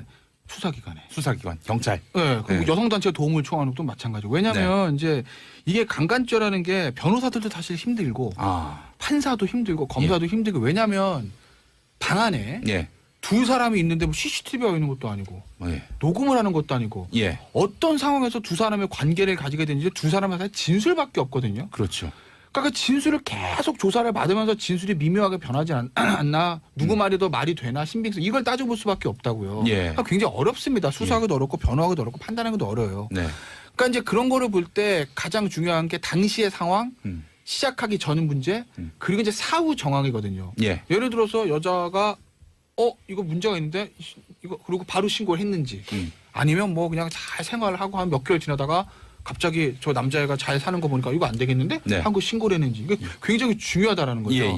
그러니까 내가 원치 않는 성관계를 가졌다. 이거 나는 분명히 동의를 하지 않았는데 약간의 유형력이 동반돼서 억지로 이렇게 했다라고 하게 되면 바로 신고하시는 게 맞죠.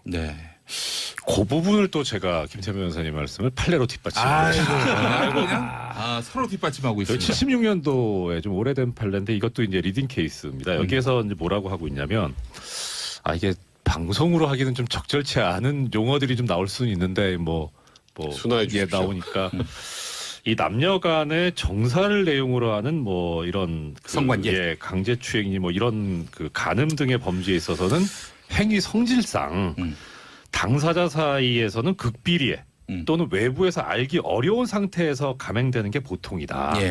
그러니까 이때 피해자 이외에는 어떤 물적 증거나 직접적인 목격 증인 등의 증언을 기대하기가 어려운 사정이 있는 건 맞다. 그러니까 이런 범죄는 피해자가 이 피해 전말에 대해서 하는 증언을 토대로 하고 그다음에 범행의 전후 사정에 관한 재반 증거를 종합해서 그래서 범행이 있었는지 여부를 판단을 해야 된다. 이런 기준을 제시하고 있습니다. 그것도 역시 애매모호하네요. 그렇죠. 근데 이제 뭐 사례를 쭉 한 판례 한 몇십 개들 이렇게 쭉 봐서 보면 이것이 있습니다. 그러니까 가장 중요하게 생각하는 게 그거예요. 뭐 혹자들은 이제 얘기하는데 뭐 반항하지 않았으면은 무죄 받는 게 말이 되냐. 가해자가. 예. 근데 그건 상당히 좀 과장된 거고요. 제일 중요하게 지금 법원에서 보고 있는 거는 범행 후에 어떤 행동을 취했냐예요. 그렇죠. 그러니까 이게 굳이 성범죄뿐만 아니라 예. 뭐 예를 들어 뭐 절도도 그렇고 뭐 강도도 그렇고 이런 신체적인 물리력이 동반되는 경우에는 예. 피해자가 그 끔찍한 순간을 기억하기 싫기 때문에 빨리 현장을 이탈하는 게 일반적이거든요. 예. 그런데 뭐 이런 어떤 뭐 이렇게 잘못된 일이 있었는데 네. 그 가해자와 함께 그러니까 무죄가 났던 사건들은 보통 그렇습니다. 가해자와 함께 2시간 이상 더 오래 있었다던가. 아하. 예, 뭐 아니면 그 이후에 바로 뭐 라면을 끓여줬다는 사람도 있고요. 뭐 하여튼 그렇기 때문에 그런 경우에는 좀 일반적으로 납득이 어렵다라고 해서 무죄를 선고한 케이스들이 많이 있습니다. 피해자라면은 예. 현장을 빨리 떠나는 것이 그렇죠. 예. 그리고 아까 김태현 변호사님 말씀하신 것처럼 그냥 떠나서 묵히지 말고 바로 신고를 하고 더 중요한 거는 일단 증거를 보존해야 되니까 네. 그 얼마 전에 그 신안 그 예, 이제 섬 거기 그 집단 성폭행 사건 그때 그 선생님께서 피해자분께서 하셨던 게 정말 그 당하신 건 아주 안타까운 일이지만 그때 당시에 피해자의 행동으로서는 상당히 모범적인 행동이었죠. 증거를 수집을 하고 절대 뭐 씻거나 하지 마시고. 예. 그 이런 우려를 하는 남성분도 봤어요. 무고를 당할까봐. 그렇죠. 뭐 아까 우리 백성원 변호사님 말씀하셨지만은 사내 연애를 했는데 남성이 네. 뭐 상사예요. 또 여성은 이제 그보다는 직급이 좀 아래에 있고 네. 그러다 이제 둘이 잘 연애하다가 만약에 사이가 안 좋아져서 뭐 그런 상황이 발생한다. 심지어 간통하다가 걸리면 그 간통한 상대방이 날 성폭행했다라고 주장하는 경우도 있어요. 그 무고는 굉장히 많은데, 예. 근데 저는 보통 보면 이게 무고가 밝혀진 거 요즘에 이 소위 말하는 뭐 카카오톡인 이런 서로 내용 있죠. 문자 메시지나 이런 거 예. 그런 거를 보면 대충 알아요. 그러니까 그게 이제 말씀드렸던 것처럼 뭔가 강제적이거나 억압된 상황이었으면 좋은 말이 쉽게 서로 안 나가잖아요. 그 상대방 예. 입장에서도 네. 그게 많이 중요한 것 같고 그 다음에 이제 무언가 성폭행이 있었다라고 하는 시점 조금 전에 말씀하셨던 것처럼 그 이후에 둘이 어떻게 지냈는지는 그 회사면 예를 들어서 회사 내 목격자들은 많이 있을 거 아니에요. 예. 그런 부분으로 이제 어느 정도는 해소가 되죠. 근데 다만 이제 걱정하는 분들은 이게 성관계 성폭행이라는 게 둘만 있을 때 은밀하게 진행이 되는 경우가 많기 때문에 목격자가 없잖아요. 어떤 상황으로 진행이 됐는지 그러다 보니까 간혹 이제 무고로 정말 자기는 성폭행한 적이 없는데 처벌을 받는 경우도 간혹은 있습니다. 이제 그런 부분은 이제 수사기관에서 잘 정리를 해줘야죠. 예, 이 정황을 갖고 따질 수밖에 없다.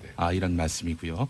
알겠습니다. 뭐 무고도 없어야 하고요. 성폭행 가해도 없어야 하고요. 맞습니다. 예, 우리 사회가 법정의가 살아 숨쉬는 사회가 됐으면 좋겠습니다. 자, 6548번 쓰시는 분 딸가진 아빠로서 요즘 직장 내 성폭력 사례를 보면 정말 걱정됩니다. 진짜 이 세상 딸가진 아빠들은 미투 운동에 동참해야 합니다라고 하셨고요.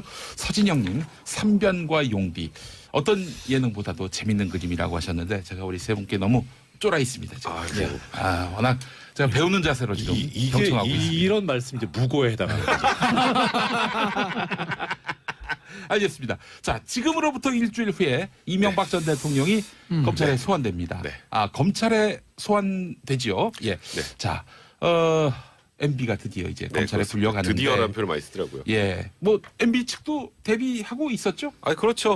어차피 소환이야 뭐 언제냐가 중요했던 거지. 예. 이제 언젠간 뭐 3월 중순 전에는 대략 소환이 될 것이다라는 관측이 있었고 다만 요즘에 자꾸 처음에 생각했던 것보다 수사가 이렇게 쭉쭉쭉쭉 뻗어나가고 있잖아요. 우리 생각하지도 못했던 삼성에서 소송비도 내줬어? 그러다가 아까 조금 전에 말했던 이팔송회장 이건 또 뭐야? 뭐 이런 것들이 많이 나오면서 어느 정도 정리가 된 다음에 이명박 전 대통령을 불러야 어쨌건 전직 대통령이니까 소환을 여러 번은 못하니 준비를 다 마쳐야 된다라고 했는데 검찰이 준비를 다 마친 것 같습니다. 이번에 불러서 더는 안 부를 것이다. 검찰이 이러고 있는데 이게 무슨 말입니까? 그러니까 이제 한 번 부르고 그 다음에 거기서 조사를 웬만큼 끝내고 그 다음에 이제 신병 확보를 하느냐 마느냐에 대한 고민은 좀 할 거예요. 이제 쉽게 말하면 구속영장 청구죠. 그러니까 일반적으로 생각하면 이게 뭐라고 될까요? 전직 대통령이라는 그 타이틀을 지으면 이건 거의 100% 구속영장 청구하는 게 맞죠. 왜냐하면 아주 일례로 김백준 총무기획관이 구속이 돼서 기소가 됐습니다. 근데 거기에 방조범이라고 명시를 했잖아요. 주범은 이명박 전 대통령이라고. 근데 방조범은 구속하고 주범은 구속 안 하는 경우 봤나요? 그리고 그것뿐 아니라 혐의가 어마어마하게 많아요. 지금 뇌물이라고 지금 일단 검찰에서 보고 있는 게 100억 원대가 되죠. 처음에 그냥 특수활동비로 시작했다가 삼성 또 그 소송비 대납 것도 60억까지 올라갔고 거기다가 지금 또 나온 이팔성 회장도 한 20억 5천만 원 있죠. 예. 또 오늘 보니까 뉴욕제가 또 그 ABC 상사 그 사장 또 뇌물 받았다는 얘기도 나오죠. 예. 뭐 계속 나와요. 그 빵집까지 나오니까 지금 이제. 그러니까 이런 상황이라면 뭐 뇌물의 액수, 그러니까 지금 현재 검찰이 바라보는 액수까지 고려하면 원칙적으로 영장을 청구하는 게 맞는데 근데 검찰 입장에서는 지금 어쨌건 전직 대통령 지금 교도소 아니 구치소 있잖아요. 박근혜 전 대통령. 예. 근데 전직 대통령 2명을 다 한꺼번에 보내는 게 정치적으로 부담이 된다라는 설계가 그런 있잖아요. 있어요. 아니, 있죠. 그때 있죠. 그러니까 이제 그런 부분에 대한 부담을 제외한다면 예. 구속영장 청구하는 게 어찌 보면 너무 당연한 수준이 아닌가 생각됩니다. 그 영장 청구할 거로 보세요? 글쎄요. 정무적 판단과 법적 판단은 다르겠죠. 그러니까 법적 판단으로 하면은 영장 찍기 맞죠. 아니, 100억인데 뇌물 혐의가. 검찰이 뭐하러 정무적 판단까지 합니까? 아니 그러니까 제가 뭐 그렇게 하라는 얘기가 아니라 그러니까 지금 검찰 내부에서 이제 구속 수사론과 불구속 수사론 예. 그다음에 야당 말고 이제 여당 쪽의 정치권의 기류도 불구속 수사론, 구속 수사론 좀 양분돼 있다는 거 아니겠어요? 어느 정도 차이는 좀 있겠지만 아마 그런 부분들이겠죠. 이게 제가 봤을 때는 뭐 증거인멸의 우려 도주는 없는 것 같고 뭐 어디 도망가겠습니까? 증거는 다 있는데요, 뭐. 근데 문제는 범죄에 우려하는 분도 있어요. 혹시 뭐 동남아나 중동으로 가시는 거 아니까? 출국금지 걸어야죠. 네. 그러니까 이제 범죄 혐의만 보면 뇌물이 지금 혐의가 100억이잖아요. 다른 건 다 떠나잖아요. 혐의가. 예. 그러니까 이명박 전 대통령 지금 기류로 봐서 이걸 자백할 것 같지는 않고 일단 그 변호인들의 기류를 제가 취재를 해보면 일단 아니다 우리는 부인이다라는 전략을 쓰는 것 같은데 그 부인이 있을 경우에 아마 다툼의 여지가 있으면 방어권 얘기를 하겠죠. 네. 검찰 입장에서 보면 뇌물 100억의 증거가 어느 정도 확실하다고 볼 거고 네. 그러면 그 혐의는 뭐 구속하는 게 맞죠. 당연히 구속해야죠. 근데 다만 전직 대통령이기 때문에 2명을 동시에 이게 좀 껄쩍지근한데 뭐 요런 판단들. 네. 그게 이제 그 판단을 하느냐 안 하느냐 이 차이지 죄만 깔끔하게 보면 그러면 그건 구속사유예요. 우리 이정열 전 판사님이 사실은 신기가 있는 분입니다. 이 구속 전망은 대부분 맞췄어요. 김태현 변호사님이 한 3숲입니다. 그렇습니까? 자, 그럼 두 분에게 한번 그러니까 이거는 돗자리를 한번 펴보겠습니다. 영장을 치면 저는 100% 나올 거로 봐요. 법원의 입장에서 봤을 때 영장을 검찰이 청구를 하면은 저는 100% 나온다고 보는데 검찰이 청구하느냐 하느냐 마느냐 안 하느냐 그 부분이 이거 검찰이 칼 쥐고 있는 거예요. 검찰이 하면 나오는 거고요. 안 하면 그냥 이제 그 말 그대로 좀 전에 김태현 변호사랑 저랑 거의 유사하게 했던 것처럼 정무적인 판단을 한 거죠. 그렇게 되면. 근데 그럼 비난을 많이 받을 거예요. 네. 영장 청구 최종 결재 최위선 윤석열 지검장입니까? 총장이죠. 검찰총장. 문무일 검찰총장. 총장.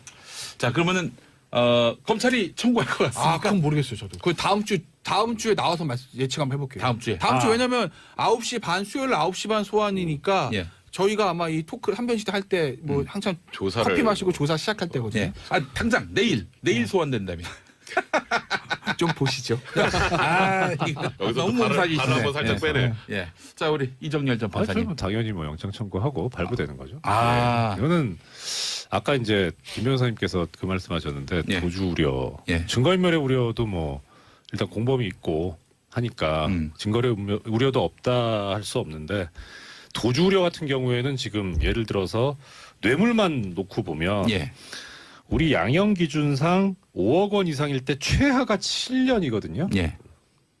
그럼 이렇게 중형이 선고될 것 같으면 도주 우려가 있다고 보는 게 영장 패키지로 가죠. 원래 패키지로. 그러니까 그 당의 피의자가 진짜 그야말로 뭐 주거가 일정하고 직업이 확실해서 뭐 이거는 도주 우려가 없다고 판단할 때 그거인 거고 일단 첫 번째 기준은 그겁니다. 형이 얼마나 선고될 거냐. 실형 선고 예상되면 도주 우려가 있다고 보는 게 지금 이제 영장 발부 기준이거든요. 그러니까 도주 우려는 있어요. 최소한. 근데 문제는 이제 아까 말씀하신 정무적 뭐 건데 이게 저는 정무적인 부분은 잘은 모르지만 이렇게 어떻게 생각하냐면 이렇게 했을 때 국민적인 비난을 받을 수 있겠느냐. 근데 오히려 저는 박근혜 피고인을 구속하는 게 더 욕을 먹을 가능성이 크냐 이명박 전 대통령을 구속했을 때 욕을 먹을 가능성이 크냐 했을 때 박근혜 피고인 쪽이거든요. 그럼에도 불구하고 했는데 뭐 굳이 이번에 몸을 살릴 필요가 있을까? 저는 도주 우려가 매우 심각하다고 생각하는 게 워낙 이 그 차명 차명 소유가 많아가지고 예. 많죠. 차명 소유가 많아서. 근데 참 아이러니한 건 뭐 기사를 보니까 돈이 없어서 변호인단을 못 구한다. 근데 어제 정두원 전 의원 나와서는 네. 아이 그거는 거짓말이다. 아니까요. 그건 당연히 거짓말이죠. 그게 퇴근 그 전 얘기 의원도. 아니에요. 그러니까 저기 이 변호사 비용을 대납해 주기로 한 사람이 아직 확답을 안 했다. 그래서 못 구하고 있다. 야 예리하십니다. 그러니까 그게 돈이 없어서가 앞에 게 그거잖아요. 내 돈이 없어서가 아니고 돈이 없었어. 전해주기로 한 분의 돈이 없어서. 예. 알겠습니다. 자 그래요. MB 소환을 앞두고 이상득 전 의원이 네, 오늘 소환된 모양이죠? 근데 이제 마지막으로 다지게 하는 거죠. 검찰 입장에서는. 검찰은 지금 조금 전에 김 변호사도 얘기했던 것처럼 거의 모든 증거를 다 들고 있어요. 이게 이렇게 얘기해 보죠. 그러니까 지금 MB 측근이라는 사람들이 검찰 조사를 받고 그 전에 과거에 2008년 특검 때 다 부인했던 사람 지금 다 인정하죠. 네. 그 왜 그럴 것 같아요? 이번 정권이 바뀌었으니까 인정해야지가 아니고 이거 명백한 객관적 물증이 나오는데 거기서 어떻게 계속 모른다라고 해요. 그래서 그런 거예요. 그러니까 끈떨어졌기 때문에 이제 MB 끈 떨어져서가 아니. 끈 떨어졌다고 막 저 사람 이제 끈 떨어졌으니까 하자가 아니라 예. 아니 본인도 처벌받아야 되는데요. 이 사람들도 지금 다 기소되고 구속되고 하잖아요. 예. 그 윗선을 얘기하지 않으면 내가 최윗선으로 몰릴 수 쉽게 있다. 말하면 덤탱이 쓸 수도 있는 거고 거기다가 이렇게 물적 증거가 명확하게 나와 있으면 그게 영포빌딩 지하 2층에서 네. 검찰이 압수수색하고 난 이후부터 확 변하고 생각지도 않은 이런 지금 뭐 아까 말한 소송비 대납이니 예. 뭐 뉴욕제가 이렇게 다 나오잖아요. 빵집 같은 게 이렇게 예. 나오잖아요. 이제 예. 그러니까 예. 이거는 객관적으로 움직일 수 없는 증거 때문에 인정하는 거지 그냥 말 그대로 그냥 배신이라고 생각하면 안 된다는 생각이죠. 이게 이런 거죠. 그러니까 이상득 전 의원을 소환하는 그런 부분들은 네. 이명박 대통령의 혐의 중에서 삼성 뇌물죄 같은 거야. 먼저 돈 흐름 자체가 이제 다스에서 에이킹 건프로 왔다 갔다 한 거는 그렇다 치고 실질적으로 현물의 이 돈가방이 움직이는 것들의 물리적인 종착지는 이상득 전 의원이거든요. 그 예를 들면 김소남 전 의원의 공천원금 같은 거고 이상득 전 의원 갖다 줬다라는 게 이제 전달했다라는 게 예. 김백준 전 기획관의 진술이고 그다음에 저 이팔성 메모에서는 22억도 SD 8억 이상주 10억 이거 아니겠습니까? 예. SD 8억 이상득 전 의원 줬다는 거예요. 이상주 14억도 본인이 가방을 받아서 이상득 전 의원이 전달해 줬다는 거거든요. 네. 그러니까 물리적 종착지는 현금을 온 건 이상득 전 의원이라는 거죠. 이씨 일간의 딜레마에 빠질 겁니다. 형이냐 정직 대통령이냐. 예? 검찰은 실질적으로 그 당시에 이명박 캠프의 좌장은 이상득 전 의원이고 물리적으로 이상득 전 의원이 받았지만 그게 이상득 전 의원을 꿀꺽한 게 아니라 MB랑 쉐어했다. 초선은 MB와 어떤 허락을 받아서 공모했다면 이렇게 보는 걸 거예요. 최순실 박근혜 전 대통령 관계처럼. 근데 그 관계보다 좀 더 돈독하겠죠. 형제고 또 네. 그냥 형도 아니고 완전 파워 있는 정치인이니까. 예. 그런데 지금 이명박 전 대통령 지금 반응은 나 안 받았는데? 나 돈 안 받았어. 나 몰라. 그 돈 나한테 안 와서 이거 아니겠습니까? 예. 그러니까 이상득 전 의원한테 어이. 당신이 그럼 꿀꺽한 거야? 당신이 다 들어가시려고? 어떡하려고? 예. 동생한테 쉐어 안 해서 이걸 묻겠죠. 그래서 아마 이상득 전 의원을 마지막으로 지금 얘기를 하는 거예요. 예. 어떻게 성관계를 가졌는지 구체적으로 나올 수밖에 없어요. 그 과정들을 봤을 때 이게 정말 합의돼서 좋아하는 사람들이지 아니면 강제로 하는 거지 어느 정도 추적할 수가 있잖아요. 제가 방금 자세히 말씀드린 그렇지만 그렇기 때문에 당시에 안희정 전 지사하고 김지은 씨가 어떤 형태의 어떤 관계를 맺은지까지로 굉장히 자세하게 나올 수밖에 없거든요. 그러면 저기 2차 피해로도 이어질 가능성이 그러니까 그게 뭐 높겠네요. 공개되는 그게 건 언론에 아니니까. 노출돼 버리면 언론 이제 노출되지 않죠. 그래도 그거 예. 다시 거론되고. 근데 이제 여자 입장에서는 그런 것들을 말하는 게 굉장히 힘들죠. 예. 근데 수사기관 입장에서는 예. 피해자 말만 듣고 또 무조건 할 수 있는 부분은 아니니까 네. 아마 그런 것들 당시 있었던 과정, 관계 당시 문제, 네. 관계 후의 어떤 사후 정황들 예. 이런 것들을 다 보고 판단할 거기 때문에 예. 어떻게 될지 저도 짐작은 할 수는 없으나 이게 저 안희정 지사가 빡 때리고 했던 폭행 이거면 깔끔한데 깔끔한데. 그게 아니기 때문에 예. 굉장히 조금 지난한 과정을 거칠 거예요. 근데 하나 변수는 있어요. 네. 이게 김지은 씨가 그 인터뷰하는 과정에서 단언 냈어요. 또 다른 피해자가 있다. 예. 그러니까 또 다른 피해자가 있을 수 있어요가 아니라 예. 있다예요. 그건 예. 알고 있다는 뜻이거든요. 예. 그리고 그 피해자도 지금 뭐 미투에 동참한다는 얘기도 있어요. 이제 그렇게 되면 유형이 비슷하면 그러면 입증이 훨씬 쉬워지죠. 근데 피해자가 한 명이 아니고 피해자가 두 명이면 네. 이제 안희정 지사 입장에서도 무죄 주장을 하는 것도 쉽지 않고 그리고 만약에 유죄가 나와도 이제 피해자가 많을 경우에는 아무래도 형량이 더 올라갈 수 있거든요. 그게 좀 변수가 될 것 같아요. 그 두 분의 말씀을 판례로 하나 제가 뒷받침을 해드리자면 예. 역시 2017년도 10월달에 나온 판례가 있습니다. 여기에 대해서 이제 그런 어떤 경우에 이런 범죄가 인정될 것인가 하는 기준을 제시한 게 있는데요. 거기에 보면은 이제 이거는 성폭행에 관한 판례인데 유형력을 그러니까 폭행을 한 거죠. 폭행을 하게 된 경위, 그 다음에 피해자와의 관계, 그리고 그 행위 당시하고 이후의 정황 이런 것들을 다 봐야 된다는 그러니까 두 분 말씀하신 걸 그대로 판례에서도 그대로 얘기를 하고 있습니다. 알겠습니다. 김용민의 정치쇼 3부로 넘어왔습니다. 3변 시대 계속 이어가겠습니다. 김태현 변호사, 백성문 변호사, 이정열 전 판사와 함께하겠습니다. 자, 앞서서 안희정 전 지사 성폭행 사건 관련해서 이 위격에 의한 성폭행 이게 말이죠. 기소조차 되기 어렵다. 이런 이야기가 있는데 맞습니까? 맞죠. 아까 조금 전에 이정열 판사님께서 얘기해 주셨잖아요. 양형 기준조차 없다고. 그러니까 왜냐하면 폭행 협박은 심플해요. 이게 위력인지 아니면 상사하고 그하고 좋은 감정이었는지 그 중간에 이제 폭행이나 협박이 빠지니까 그 부분을 입증하는 게 굉장히 애매하죠. 그러다 보니까 쉽지 않은데 일단 지금 뭐 김지은 씨의 얘기 우리 인터뷰 내용을 쭉 들어보면 김지은 씨는 위력으로 느꼈다는 것처럼 보여요. 그리고 만약에 지금 또 다른 피해자가 있다라는 피해자도 동일하게 진술을 한다면 그러면 기소될 가능성은 많은데 근데 기소하고 유죄하고는 다르잖아요. 기소가 됐다 하더라도 법정 가서 무죄 판결 날 수도 있다. 그렇죠. 이게 왜냐하면 사실 둘 간의 얘기하고 이거를 예를 들어서 그때 당시 뭐 텔레그램 이런 것도 막 공개했었잖아요. 근데 그 내용에서도 어쨌건 김지은 씨가 무슨 말을 했는지는 좀 빠져 있고 그래서 어떤 대화가 오고 갔는지 그 성관계 전후에 어떤 상황이 있었는지 이런 부분들이 명확하게 확인돼야 되기 때문에 그게 일단은 지금은 뭐 부적절한 성관계라는 부분은 뭐 명확하죠. 그거는 그 부분은 어떻게 뭐 안희정 지사가 뭐라고 할 수 있는 상황이 아닌데 만약에 이 간통죄가 살아 있었다면은 처벌 대상이었겠네요. 그러면 이제 이혼을 전제로 해서 이제 부인이 이혼송을 제기하고 고소를 해야 되는 거죠. 이제 그건 이제 좀 별개 문제고 그건 친고죄입니까?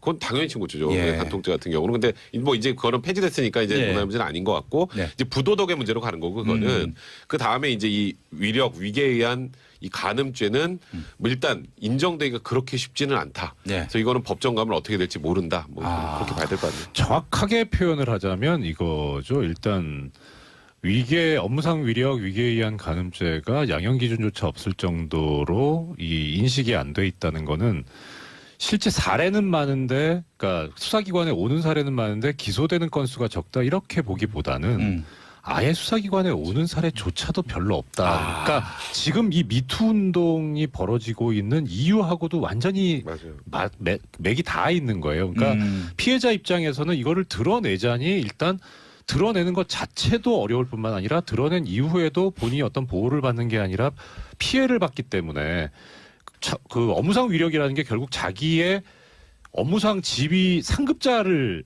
가지고 얘기를 해야 되는 건데 자기의 생계를 걸어야 되는 그런 문제가 생길 수도 있으니까 오히려 세상이 드러내기가 힘들었다는 거죠. 그래서 자기 얼굴도 드러낼 정도면은 뭐 보통 용기를 낸 것이 아니니까. 그렇죠. 그러니까 이 미투 운동이 되게 중요하고 확산되고 우리가 많이 같이 해야 된다는 이유가 이 통계상으로도 나오는 겁니다. 이 업무상 위력 위계에 의한 간음 자체가 그렇게 처벌 사례가 없었다는 그게 이걸 반증하는 거죠. 제가 꼭 말씀드리고 싶은 게 지금 최근에 이제 미투 운동을 쭉 보면 대부분 사례가 비슷하잖아요. 그죠? 근데 유명인들은 뭐 유죄건 무죄건 간에 사회적으로 엄청난 지탄을 받기 때문에 그래도 이 피해자들이 해볼 만한데 쉽게 말하면 이제 그냥 일반 직장 내 보세요. 일반 직장 내 지금 조금 전에 말씀하셨던 것처럼 위력에 의한 간음. 그러니까 이제 뭔가 이 사람 그런 위세 때문에 본인은 느끼기엔 성폭행을 당했어요. 근데 문제 제기를 해도 일단 기소가 잘 안 돼. 기소가 잘 안 되면 어떻게 되죠? 그럼 이 여성이 안에서 꽃뱀으로 몰려요. 그렇게 된단 말이에요. 그리고 만약에 정말 천신만고 끝에 수사를 했다 기소가 돼요. 뭐 벌금 좀 나오고 뭐 정말 극단적으로 집행유예 나오면 또 돌아오면 또 역시 2차 피해를 여성들이 본단 말이에요. 그래서 유명인들의 대상으로 한 미투 운동은 활발하지만 실제로 요즘에 더 큰 문제는 실제 직장에서 발생하는 문제는 외부적으로 유출되는 게 별로 없어요. 학교 같은 경우만 해도 이제 대중도 그렇고 언론도 관심이 많잖아요. 대학에서 저런 일이 교수가 이럴 수가 있어? 이게 많은데 일반 직장 예를 들어서 뭐 그냥 뭐 예를 들어서 어떤 중속에서 그런 일이 있었다. 이건 기사에도 안 나와요. 이제 그래서 그런 분들을 어떻게 보호해 줄 수 있을지. 네. 그래서 좀 얘기가 나오는 게 비공개로 뭐 신고를 하고 조사할 수 있는 방안도 만들고 뭐 여러 가지 만든다는데 네. 진짜 미투동의 정신을 정확하게 살리기 위해서는 지금 현재 이렇게 밝히지도 못하는 이 지금 직장 내에서 있는 만연한 성희롱이나 예. 성범죄 관련해서 어떻게 해결해 줄지를 고민하는 게 가장 중요하다는 생각이 드네요. 또 하나 추가해서 말씀드리자면 이 지금 성범죄도 성범죄지만 제가 알기로 네. 여성분들께서 많이 그 고통스러워하고 힘들어하시는 게 성희롱 문제거든요.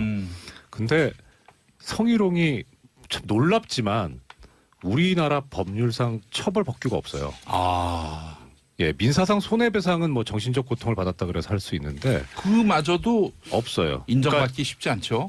얼마 안 되죠, 인정은 둘째치고 법이 없어요. 법이 없다. 네. 아. 그러니까 이게 엄청난 사각지대인 거죠. 지금 하나 이제 법이 있다면은 18세 미만인 아동에 대해서 성희롱을 하는 경우에는 처벌 법규가 있는데 청소년 보호법.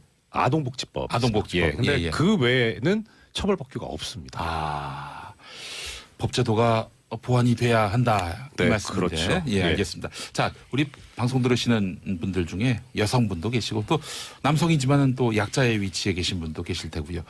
자, 이 어디선가 또 위험에 처할 수 있는 분들을 위해서 만약 피해 상황에 처했을 경우 성폭력 그러니까 악용이라고 표현하셨는데 그렇게 쓸 수는 있는 거죠. 예. 그러니까 이게 상하 관계에서 연애할 수도 있잖아요. 네. 뭐 그런 것까지 지위 그런 게 때문에 이제 드라마에 많이 나오지 그렇죠. 않습니까? 그것 때문에 지위로 이용해서 이걸 뭐 위력에 의한 가늠이다라고 할 수 없으니까 그런 부분을 입증하기가 좀 어찌 보면 쉽진 않죠. 그러니까 이 성범죄 관련해서는 대부분 좀 내밀한 관계에서 벌어지는 거지 뭐 사람들이 보는 데서 하는 게 아니잖아요. 네. 근데 이번에 일단 안지사 측 입장문을 좀 보면요. 예, 예. 최초에 김지은 씨가 이제 폭로를 했을 때 이제 비서실에서 나온 멘트는 이거였습니다. 부적절한 성관계는 있었지만 강제로 한 건 아니다. 그거는 이제 말 그대로 그거는 좋은 감정으로 했다. 네. 다만 불륜이긴 해도 불륜이니까 연애였다. 쉽게 말하면 불륜이지만 예.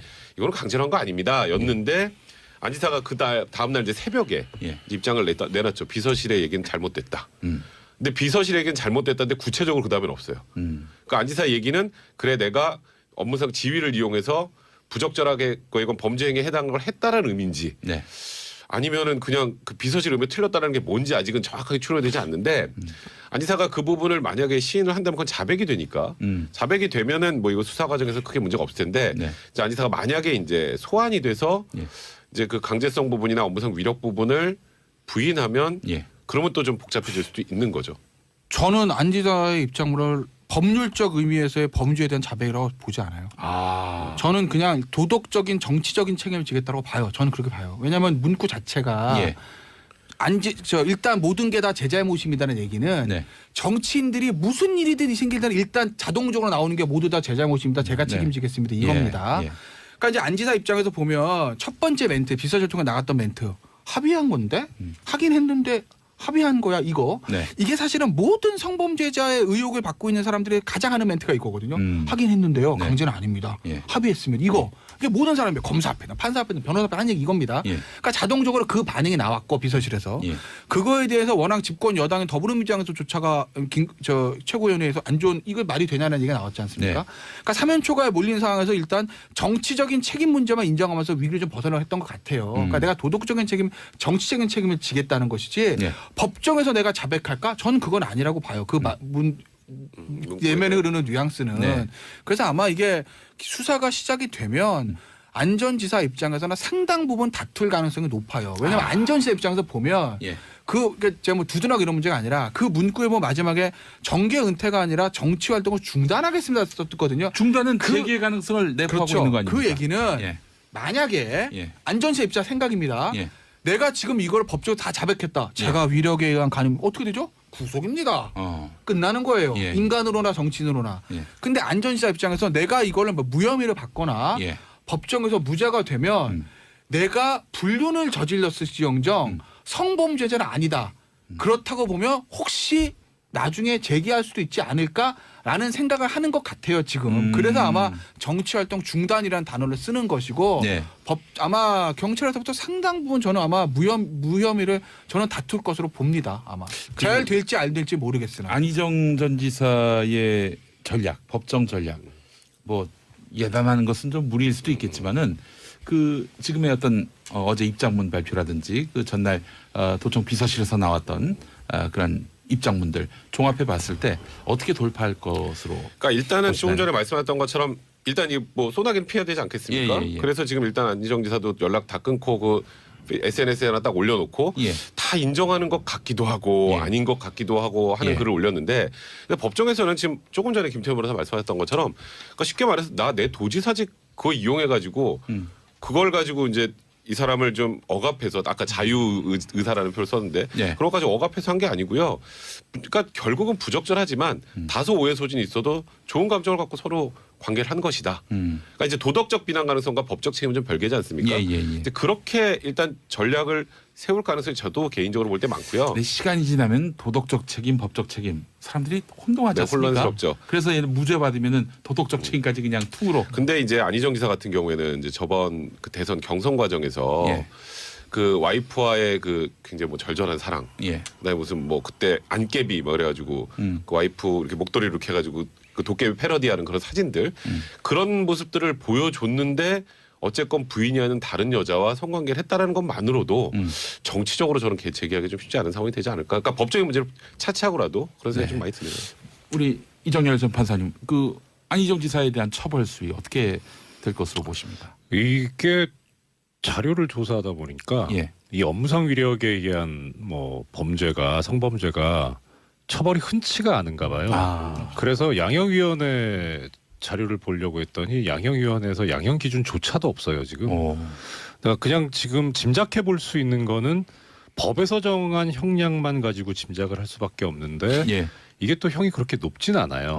뭐 5년 이하의 징역, 뭐 2년 이하의 징역, 뭐 이런 식이어가지고 벌금은 없습니까? 벌금이 있긴 있습니다. 예. 있긴 있는데 뭐 벌금도 있는데다 그래서 아까 당장 이제 만약에 그 범행을 부인하고 나서는 경우에는 피해자 측의 자료가 증명이 충분하다면 구속을 면하기는 쉽진 않을 것 같아요. 그럴 수도 있는 것 같은데 예. 종국적으로 마지막에 갔을 때 과연 실형을 선고받을 가능성이 있느냐는 좀 회의적입니다. 심지어 무죄 가능성도 있습니까? 그거야 뭐 사실 그거는 이제 형량이 얼마가 나오냐는 그런 어떤 정상관계를 보고 짐작은 할 수 있는데 예. 유죄냐 무죄냐는 증거 싸움이기 때문에 여기서 말씀드리기는 사실 상당히 어려운. 그러니까 실제로 입증하기가 쉽지 않아서 그래요. 그러니까 네. 쉽지 않아서 뭐 진짜 무죄 가능성도 배제할 수 없죠. 그러니까 도덕적 비난은 받을지언정, 그러니까 명확하게 그 도지사로서의 지위, 뭐 나중에 차기 대선 후보로서의 뭐 그냥 그런 정도 엄청난 영향력을 이용해서 억압해서 했다라는 부분을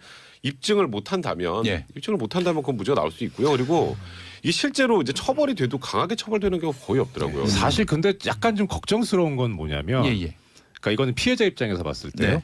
고소장에 지금 표현된 죄명이 좀 걱정스러워요. 예, 그러니까 아까 백 변호사님께서 잠깐 말씀해 주셨는데 이제 가는 부분은 그러니까 성관계가 있었던 부분은 위계 등 이렇게 돼 있어요. 그러니까 위계도 있었고 위력도 있었다는 것 같은데 위계를 처음에 그러니까 그 위계는 아까 이제 김 변호사님 말씀하신 대로 속였다는 거거든요. 예. 속인 걸 먼저 드러냈다는 게 그게 우선순위라는 게. 그게 뭘 속였다는 거죠, 그게? 그건 알 수 없죠. 아직. 그건 알 수 없어요. 그러니까 김진 씨가 얘기한 거에 없었어요. 네, 없었어요. 그래서 오히려 인터뷰 내용으로서는 더 정확한 거는 위력인 것 같은데 왜 저거를 전면에 내세우지 않고 위계를 전면에 내세웠을까라는 게 상당히 좀 석연치 않아요.